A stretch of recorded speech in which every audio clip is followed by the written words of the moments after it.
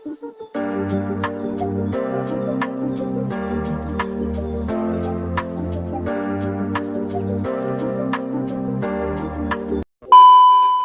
halo. Selamat malam semuanya. Ketemu sama Panca lagi di sini di acara teman ngobrol.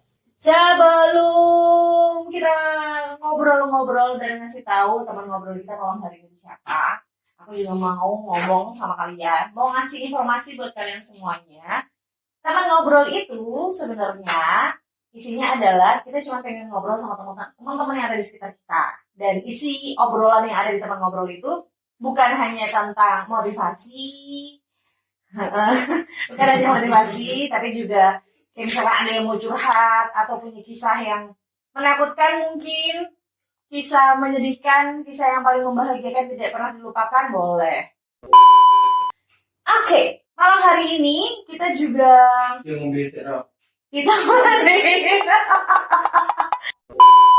saya juga ditemenin sama es cappuccino Capcin. Hai, harganya segede gambreng berapa?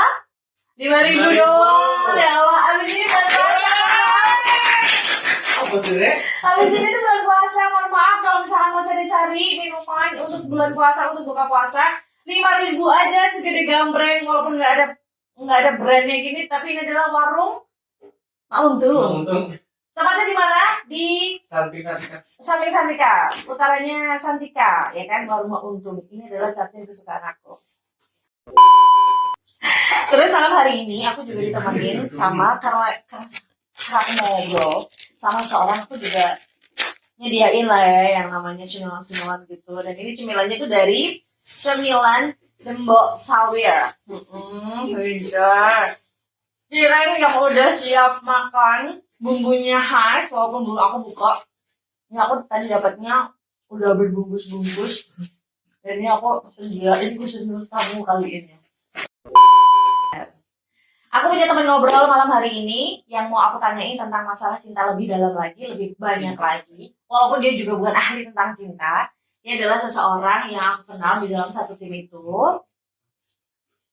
Tapi, apa Wak? Iya, nanti ngobrol-ngobrol ini tuh, ngobrol-ngobrol sama teman aku ini tuh, siapa tahu nantinya tuh bakal bisa menginspirasi kalian. Siapa tahu kisahnya tuh sama dengan kalian, atau setidaknya kalaupun nantinya kalian mengalami hal yang sama, mungkin apa yang dilakukan si orang ini tuh bakalan bisa jadi inspirasi dan juga patokan biar kamu juga bisa gampang untuk menghadapi yang namanya cinta yang sakit. Langsung aja, saya mau panggil teman ngobrol aku malam hari ini. Aku langsung aja ya kayak dia, nggak usah kayak gitu duduknya. Yunita!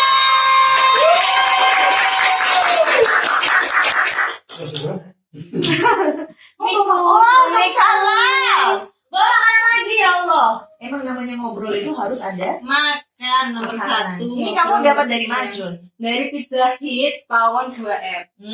Pizza Hits Pawon 2R. Oh iya, aku juga mau ngasih tahu buat teman-teman yang ada di sini, barangkali ada yang punya usaha, terus kepingin disebutin di channel kita, boleh langsung kirim ke kita atau langsung hubungi admin kita nanti ya. Boleh. Aku juga mau dong. Ini apa sih, pizza apaan?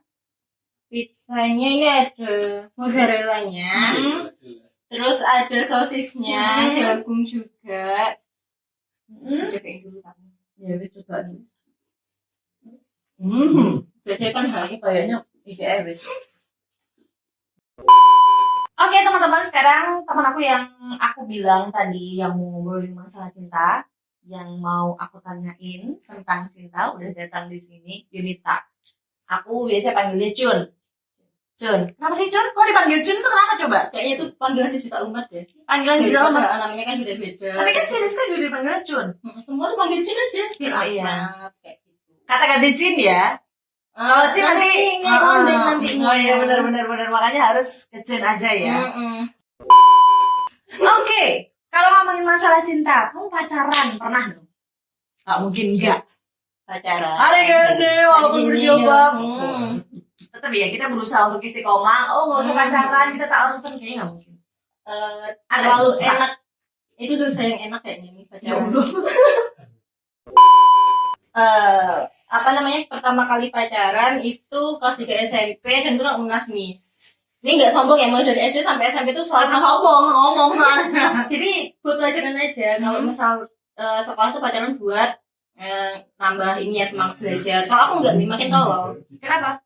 Sebelum pacaran tuh masuk 3 besar. Ketika lulus tuh 3 terbawah nih. Gara-gara pacaran. Itu waktu itu pacaran udah cinta, udah yang cinta banget, atau hanya sekedar cinta-cintaan, cinta monyet, Cinta-cintaan anak SMP lah. Cinta- kayak itu. Cinta-cintaan anak SMP zaman dulu sama cinta-cintaan anak zaman SMP zaman sekarang tuh beda. Kalau yang dulu masih yang-yangan, kalau sekarang udah ayah bundaan. Kebalik kayaknya. Aku udah ayah bundaan. Sumpah. Terus berarti ayah bundaan zaman SMP. Motivasinya apa, Cun? Perasaan waktu kamu manggil dia ayah itu apa? Enggak ada nih, masalahnya dulu tuh sok kecakapan aja ya kan. Temanku tuh suka tuh sama dia, tapi dia suka sama aku kayak gitu. Jadi kayak merasa sok cantik aja. Oke, aku gampang dapet. Jadi mulai dari SMP pertama kali pacaran cuma 1, terus lulus SMA itu mulai ngerentengin tuh kakak ketua OSIS, terus yang kemana-mana tuh udah mulai gitu. Pacar kamu berapa? Satu kali pacaran berapa orang? Kalau zaman SMA dulu itu ya udah dibuka. 1 kali pacaran dalam 1 waktu tuh bisa sampai 5. Aku kalah, serius. Sumpah aku kalah. Aku tuh apa ya Mia, kalau yang beneran ya, kalau hitungan beneran 4 lah yang mesti bener-bener akuin pacar. Kalau yang lain itu cuman temen chat, Temen deket. Temen deket aja. Oke lah. Anggaplah temen deket itu pacaran. Berarti yang paling sebentar berapa hari? 5. Astagfirullah. 5 hari. Aku aja itu paling sebentar itu seminggu lah aku pacaran. Ya itulah, dan don't 5 hari. by cover. Oh iya bener-bener. 5 hari. Terus habis gitu paling lama 3 tahun. Oh iya, yang itu ya, Wak. Yang bekasnya Yang kelamaan. bekasnya. Oh, mengakui Anda bekasnya kelamaan. Ya masa bekas habis afternya itu loh Mi, sakit hatinya itu jangka panjang. Kayak berasa kayu yang dipaku, terus dicabut pakunya, terus masih ada gitu ya. Kayaknya. Gitu kan. 3 tahun, selama 3 tahun itu otomatis sudah hubungan yang boleh dibilang serius kalau menurut aku. Setahun itu pacaran, setahun itu udah yang serius sih menurut aku. Udah yang oke, ini kayaknya aku nyaman banget nih sama nih orang, makanya aku bertahan sampai setahun gitu kan. Ini 3 tahun selesai. Why? Ya karena orang ketiga LDR berakhir dengan tragis. Ini LDR berakhir dengan tragis. Emang gitu ya? Aku salah satunya. Itu hanya sugesti atau emang itu jadi fakta? Kayaknya itu fakta sih. Tapi beberapa temanku ada yang berhasil sih. Tapi tergantung orangnya kali ya. Berarti tergantung sugesti dong. Tapi Tergantung waktu itu sugesti. aku percaya kalau aku tuh bakalan sukses jalani LDR-nya. Aku tuh dulu nggak toksik. Maksudnya dia ngapain aja itu aku percaya gitu loh Mi. Oke, dulu nggak toxic. Maksudnya nggak toxic itu kayak gimana tuh? Misal nih apa namanya? Kan kita LDR-an, kan kita nggak tahu nih masing-masing kita ngapain kayak gitu.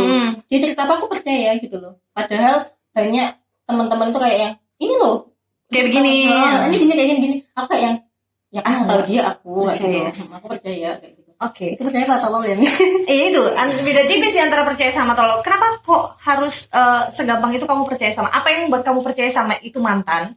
Sampai kamu bertahan 3 tahun, sampai apa ya, seolah-olah kamu menutup telinga kamu bahwa ada fakta di luar sana yang ngomong si A itu begini, si B itu begini gitu. Si A itu begini, begitu. Karena aku percaya semua orang itu nggak ada yang jahat, apalagi kalau udah melibatkan orang tua ya Mia.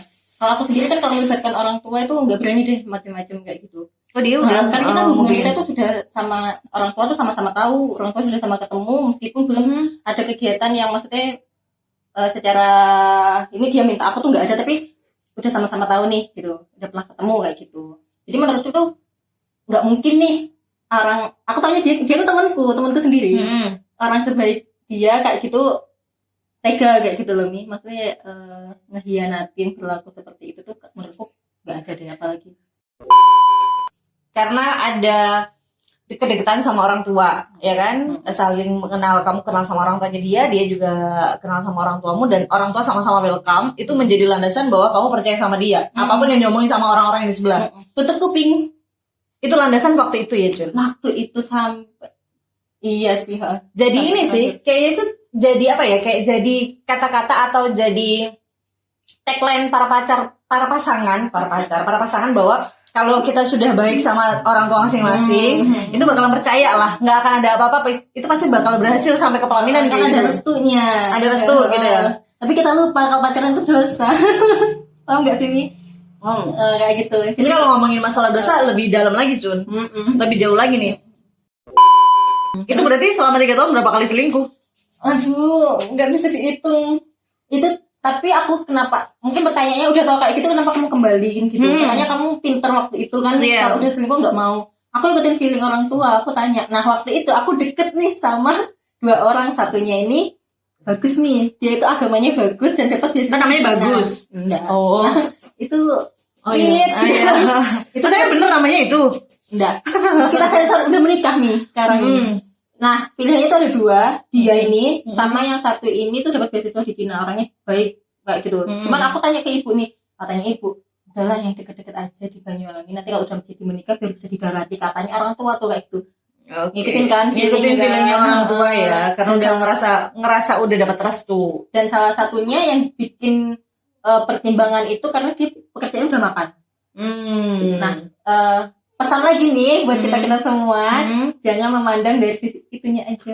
Dan jangan memandang dari sisi pekerjaan aja ya, karena belum tentu yang pekerjaan itu oke, itu juga bisa bersikap baik sama kita. Betul. Benar. Selama 3 tahun sampai akhirnya ketahuan yang paling sakit sekali. Yang terakhir kan, selingkuh dengan betul lah ya, ditinggal menikah sampai ya. Iya, ditinggal menikah padahal waktu itu kamu sudah ada program untuk menikah. Setelah wisuda tunangan dulu. Karena udah ada prepare gitu kan ya. Masih muda, masih mau mengeksplor dunia kayak gitu. Itu lah. Sebenarnya di tahun kedua itu dia sudah minta putus waktu itu, Mi. Aku nggak tahu, banyak kan ya, nama-namanya itu banyak yang di aku tuh banyak nama-nama itulah ya. Nama-nama perempuan deket sama ini, deket sama itu. Itu aku udah banyak informasi masuk ke aku. Di tahun kedua dia tuh minta putus. Tapi aku tuh kayak itu toksiknya aku ya. Maksudnya hubunganku mungkin udah toksik di tahun kedua. Aku putus nggak mau. Aku gini, kasih aku kesempatan 1 bulan deh, kayak gitu. Masih percaya waktu itu. Buat kamu tahu sama perasaanmu sendiri, yakin tak kamu putus sama aku, kayak gitu. Oke, 1 bulan, nanti kalau kamu tetap gak sayang sama aku, oke, kita selesai kan gitu kan ya, Mi? Kamu udah ngasih ini, ibaratnya tuh kayak ngasih kayak ngasih kesempatan sama dia itu untuk memikirkan kamu baik atau enggak buat dia gitu. Kalau misalkan emang iya nggak baik, ya udah kamu lepaskan. Kalau masih baik ya aku masih menunggu gitu kan. Kamu masih tetap setia waktu itu sampai akhirnya ketahuan yang terakhir. Itu minta 1 bulan, dilalah. Sebelum 1 bulan ini orang tua ibunya itu sakit parah nih, yang udah komunikasi, yang di dokter udah nggak mampu.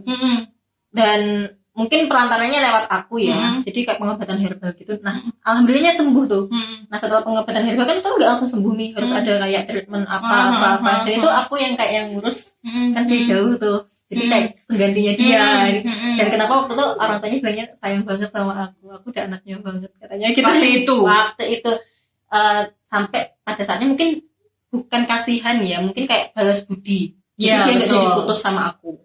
Oke. Berarti akhirnya bertahan hanya untuk mungkin balas budi. Karena orang tuanya udah waktu sembuh total sama aku. Oke, Jun. Setelah 3 tahun akhirnya kamu setelah selesai semuanya, akhirnya kayak kebongkar semuanya nggak sih? Kebongkar bahwa ternyata dia itu pernah kayak gini. Saya kan numpuk banget kan. Sampai punya rentetan nama-nama siapa-siapa aja yang sudah sama dia dan segala macam ya kan. Itu kayak ini nggak sih, Cin, kayak yang bodoh banget gitu nggak sih? Ada perasaan itu, tapi waktu itu aku udah akut banget, udah banyakan cintanya daripada marahnya. Jadi kayak saat itu baru putus, aku mending gini, aku tunggu deh kamu balik, tetap seperti itu. Karena mutusnya juga nggak baik-baik nih. Oke, gini deh, nggak ada perpisahan yang baik-baik saja, yang nggak menyakitkan itu nggak ada. Dan nggak ada waktu yang tepat untuk perpisahan. Tapi kita bisa pilih mau perpisahan yang baik-baik aja atau enggak nih. Bukan yang baik-baik aja ya, kayak perpisahan yang bisa tetap menjalin silaturahmi atau enggak gitu kan ya. Salahnya Ini aku langsung ngechat salahnya dia tuh mutus aku lewat Sosial media. Aku diblok semua, dia ngirim VN tuh Mi.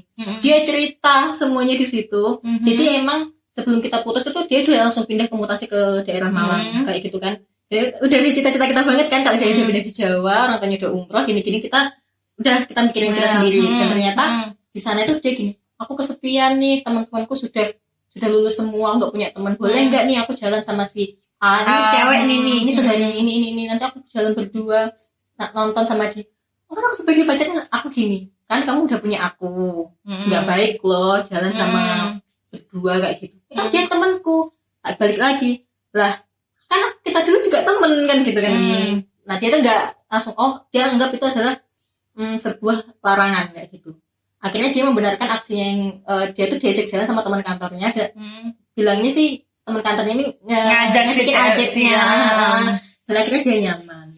Akhirnya dia tuh gini, andai waktu itu, ini paling victimnya ya, andai waktu itu kamu gak ngelarang aku jalan sama si ini, mungkin aku gak akan dekat sama si ini. Sekarang aku tuh harus ketemu dia, terus aku kalau gak ketemu dia tuh pusing banget. Oke lah, gak ada, dia tuh sampai gini nih, dibandingkan dengan kamu, dia ini gak ada apa-apanya, dia bilang gitu.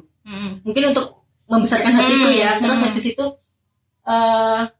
aku tahu setelah kamu tahu ini kamu bakalan sedih dan kamu gak akan bisa hubungin aku. Kalaupun bisa aku gak akan bales kayak gitu katanya. Padahal dia yang salah ya Jun. Ya itulah. Terus habis itu dia yang salah ya. Dia tuh bilang gini, kamu sedih kok, kamu boleh nunggu aku 2-3 bulan. Kalau aku kembali, aku janji gak akan ngulangi hal ini lagi. Tapi kalau aku gak kembali, lanjutkan hidupmu. Dan udah lewat 3 bulan. Selama 3 bulan itu kamu menunggu. Menunggu, dan dia itu langsung kayak yang posting tuh, maksudnya posting sama dia bersama pacar barunya. Dan saat itu aku juga masih mikir kayak yang enggak nih, dia pasti bakal balik. Karena itu sudah berkali-kali aku alami gitu. Dia sama siapa, ujung-ujungnya baliknya ke aku. Dan kamu juga udah terbiasa waktu itu. Udah terbiasa. Jadi aku dengerin itu waktu itu biasa aja kayak gitu loh. Nggak ada feeling yang kayak gimana. Nanti balik lagi kayak gitu. Sampai akhirnya kamu bener-bener tahu kalau dia emang bener-bener udah lepas sama aku. Itu gara-gara aku tuh posting suatu foto, terus ada yang nge-komen tuh, tapi pakai fake account. Nah, pakai fake account, terus habis itu dia nge-DM. Intinya kita sama-sama ditinggal. Aku gini, loh, jangan Mbak mantanku, kan gitu kan nih. Kan dia cewek soalnya. Bukan Mbak, aku mantannya ini satunya. Oh, Mas cowok katanya gitu. Enggak, cewek. Lah maksudnya ya itulah katanya. Aku langsung kayak jangan gitulah kan gitu kan, nggak baik kan gitu, cemarin nama baik orang kayak gitu. Tapi faktanya emang gitu Mbak, kita 2,5 tahun katanya gitu, gila.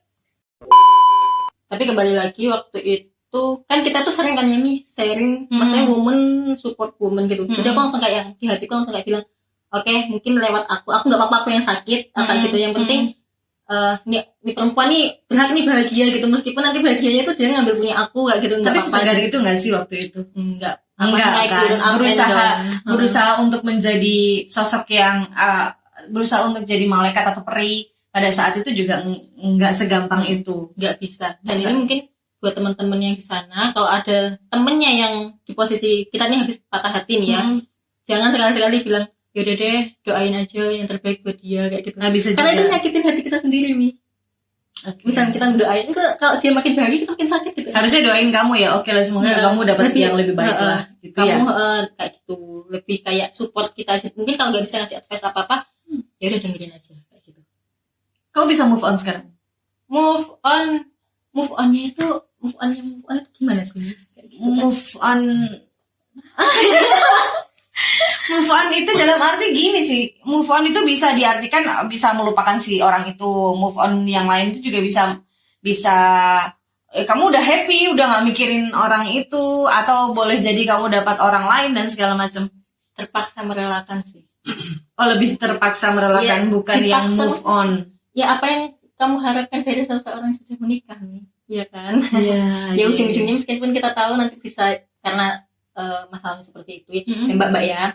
Nanti kalau kamu baca ini, kamu lihat ini, dan kamu suatu saat nih kejadian lagi ke kamu, ya harus disadari, gitu ya kan. Jangan hukum tanam tuai lah. Ketika misalnya kamu jadiin perbandingan nih, dan kamu berhasil mendapatkan seseorang udah lama nih sama si ini, kamu jangan bangga. Karena sebetulnya ketika kamu mendapatkan ini itu adalah hukuman terbesar buat kamu. Kenapa?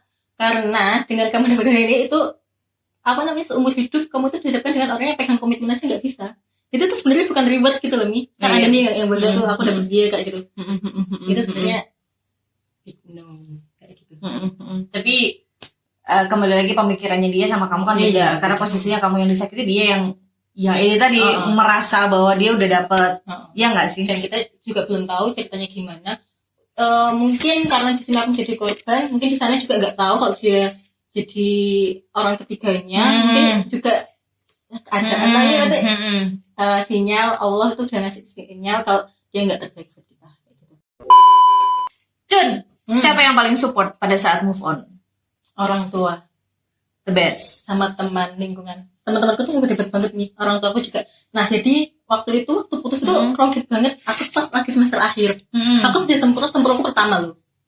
Ya, tapi sampai akhirnya kamu berhenti selama setahun kalau nggak salah. Satu semester.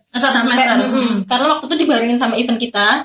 Dan juga di event itu ada masalah juga kan. Iya. Terus habis sampai numpuk-numpuk lah ya yang namanya pemikiran. Skripsi itu sampai orang tua aku tuh bilang gini, udah taruh skripsinya, katanya gitu. Padahal waktu itu kalau aku naruh skripsi aku tuh bayar UKT lagi. Iya benar. Dan itu menurutku tuh kan sesuatu besar banget gitu loh Mi. Ada yang mau disampaikan nggak sama orang tua sama teman-teman? Kalian tuh support system. Padahal dulu itu teman itu adalah prioritas kedua. Dari dulu. Jadi kayak yang mantanku dulu. Bahkan aku tuh Mi ada sertifikasi apa urusan kuliah tak tinggal Mi demi ngebucin.